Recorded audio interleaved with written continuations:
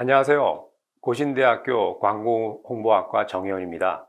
오늘은 SNS 찐 컨텐츠 둘러보기라는 주제로 재미있는 광고 마케팅 사례를 소개하려 합니다. 여러분은 페이스북, 인스타그램과 같은 소셜미디어를 사용하면서 어떤 제안을 하거나 하나의 프로젝트에 참여해 본 적이 있나요? 최근에는 많은 기업과 브랜드에서 사용자의 참여를 유도하고 환영합니다. 자, 그럼 몇 가지 사례를 살펴보겠습니다. 거꾸로 수박바 먹어보셨나요?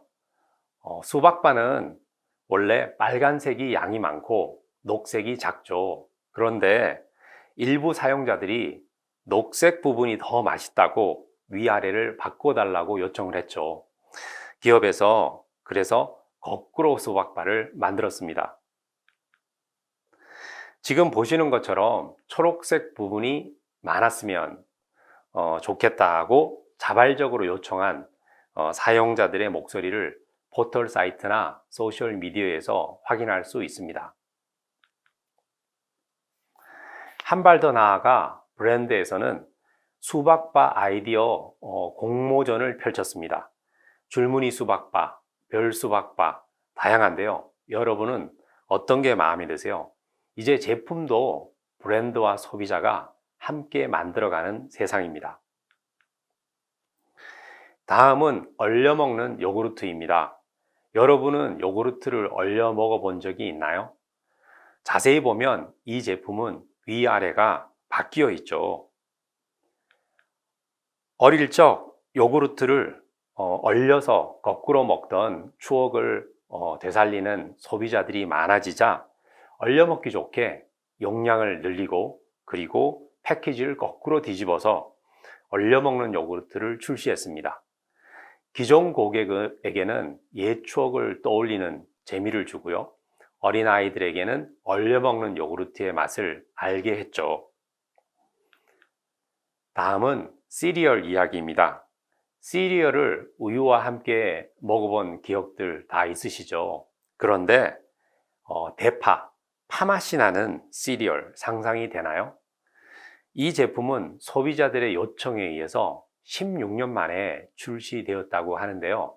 어떻게 이렇게 희한한 제품이 나오게 되었는지 영상을 통해서 확인해 보겠습니다. 인도네시아에서만 파는 닭껍질 튀김을 서울에서도 팔게 하고 동영상 댓글로 광고 모델도 바꾸고 소셜미디어로 발랄하게 목소리를 내는 소비자들한테 기업들도 귀를 기울이고 있죠. 이번엔 무려 16년 만에 소비자들 뜻대로 파맛이 나는 시리얼이 나온다는 소식입니다. 이호진 기자가 취재했습니다.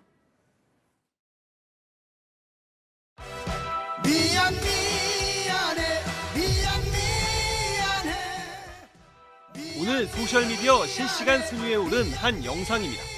파마 시리얼이 너무 늦어서 미안하다는 사과에 16년간 기다렸다는 댓글이 이어집니다. 대체 무슨 일이 있었던 걸까? 제가 대통령이 되면 우리 어린이들을 위해 칙스 초코의 초코의 맛을 더 진하게 만들겠습니다. 내가 대통령이 되면 칙스 초코에 팔을 넣을 거야. 나를 뽑아. 알았어. 2004년 12월 한 시리얼 회사가 초코맛과 파맛을 놓고 소비자 투표를 했습니다. 사실상 초코맛 신제품 홍보였지만 소비자들은 호락호락하지 않았습니다. 어차피 다 결과는 정해져 있고 나올 거 그냥 웃기니까 좀 그랬던 것 같아요. 어차피 안 될 거 그냥 2번 눌렀던 것 같아요. 그때 뭐 결국 파맛이 뽑히자 당황한 회사는 현장 투표 등을 추가해 결과를 뒤집었습니다. 감사합니다, 여러분.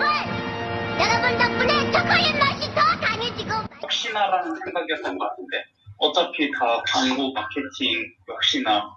하지만 소비자들은 유쾌한 놀이를 통해 기업에 맞섰습니다. 부정선거와 시리얼 민주주의 시리즈를 만들고 파맛 시리얼을 직접 만들어 먹는 동영상을 올렸습니다. 이렇게 한 지 무려 16년 만에 실제 제품이 나온 겁니다. 이런 놀이 문화를 기업 마케팅에 발빠르게 반영하는 최근 분위기도 한몫했습니다.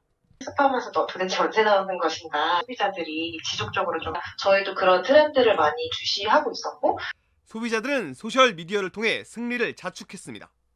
이 제품은 이달 말부터 한정 판매 예정입니다. JTBC 이호진입니다.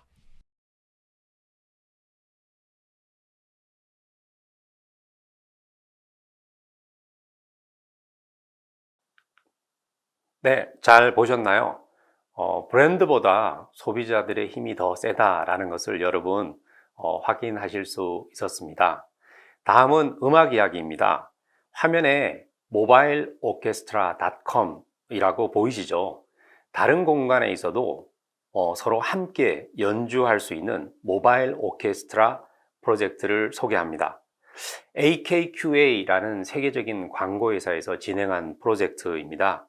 누구든 이 프로모션 사이트에 접속해서 특정 링크 주소를 함께 연주하고 싶은 친구에게 공유하면 서로 떨어져 있어도 태블릿 PC나 모바일 폰을 통해서 함께 연주할 수 있도록 만든 것인데요.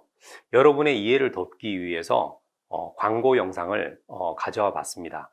함께 보시겠습니다.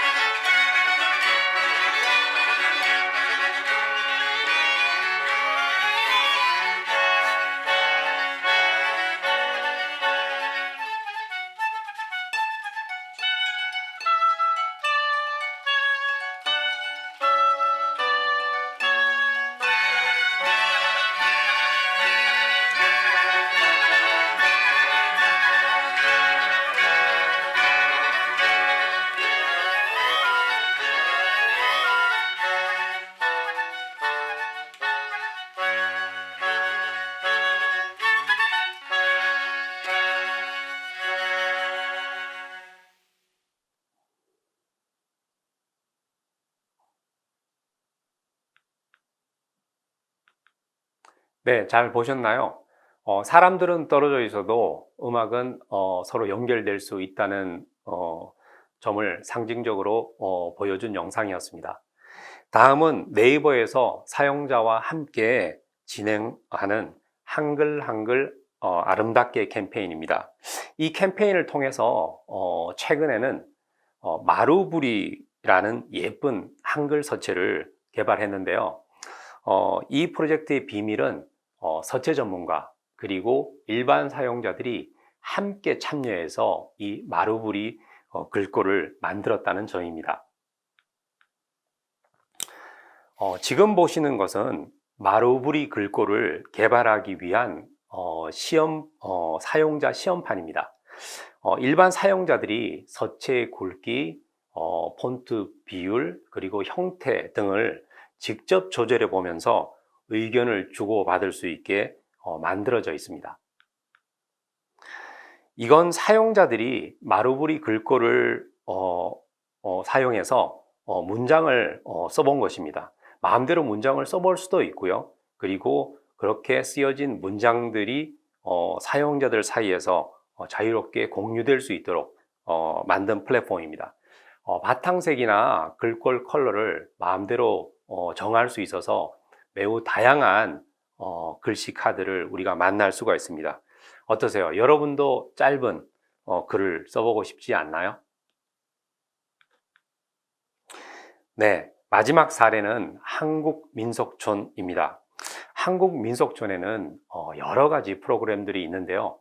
그 중에서 웰컴 투 조선이라는 체험 프로그램은 조선시대의 하루를 체험할 수 있는 프로그램입니다.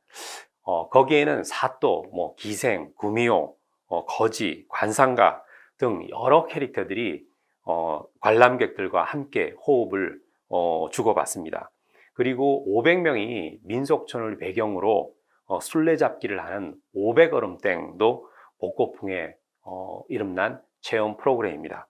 이들 이벤트의 많은 부분을 사용자들이 직접 기획하고 준비하고 참여하고 또 때로는 스폰서까지 직접 유치한다 해서 진행된다는 거죠. 사용자들의 온라인 참여로 오프라인 이벤트가 활성화된 대표적인 사례라고 할 수 있겠습니다. 지금까지 소셜미디어의 몇 가지 광고 마케팅 사례를 살펴보았는데요. 여러분, SNS를 매일 사용하시죠?